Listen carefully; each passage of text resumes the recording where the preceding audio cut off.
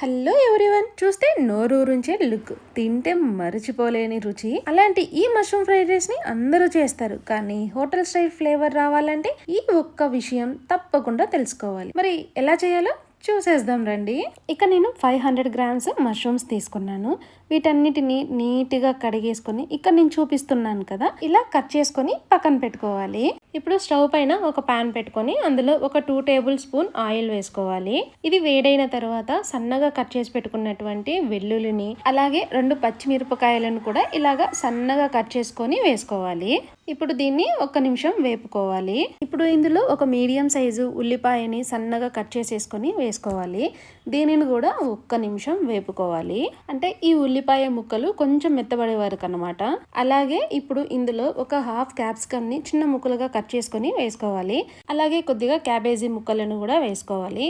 ఇప్పుడు వీటిని ఒక 2 నిమిషాలు వేగనివ్వాలి. ఇప్పుడు ఇవి కొంచెం వేగిన తర్వాత ఇందులో మనం ముందుగా కట్ చేసి పెట్టుకున్నాం కదా మష్రూమ్ ని ఇందులో వేసుకోవాలి. దీంతో పాటు హాఫ్ స్పూన్ మిరియాల పొడి, హాఫ్ స్పూన్ సాల్ట్ వేసుకోవాలి. ఇప్పుడు ఈ సాల్ట్, మిరియాల పొడి రెండు కూడా ఈ మష్రూమ్స్ కి బాగా పట్టేలాగా ఒకసారి కలుపుకొని ఒక 2 నిమిషాలు వదిలేయండి. చూసారా, ఇక్కడ ఒక 2 నిమిషాలకి ఈ మష్రూమ్స్ లోని వాటర్ అంతా బయటకు వచ్చేసి ఉడుకుతూ ఉంటుంది.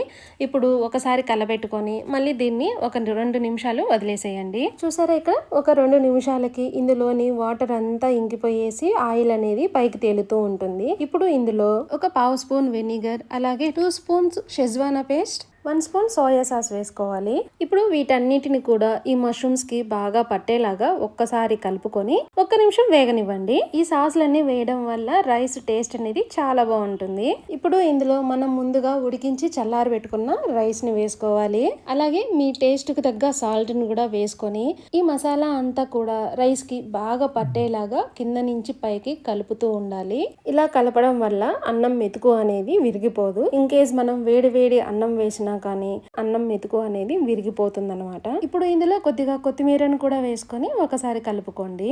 ఇంకా ఇది కలుపుకున్న తర్వాత లాస్ట్ అండ్ ఫైనల్ గా హాఫ్ లెమన్ జ్యూస్ ని వేసుకొని ఈ లెమన్ జ్యూస్ అనేది ఈ రైస్ కి బాగా పట్టేలాగా కలుపుకొని స్టవ్ ఆఫ్ చేసి సర్వ్ చేసేసుకోవడమే. అంతే అండి, ఎంతో టేస్టీగా ఉండే మష్రూమ్ ఫ్రైడ్ రైస్ రెడీ. ప్రతి వంటలో ప్రేమ, ప్రతి ముద్దలో రుచి ఉంటుంది. అలాంటి మరో స్పెషల్ రెసిపీతో మళ్ళీ కలుద్దాం. అంతవరకు బాయ్, థ్యాంక్ యూ.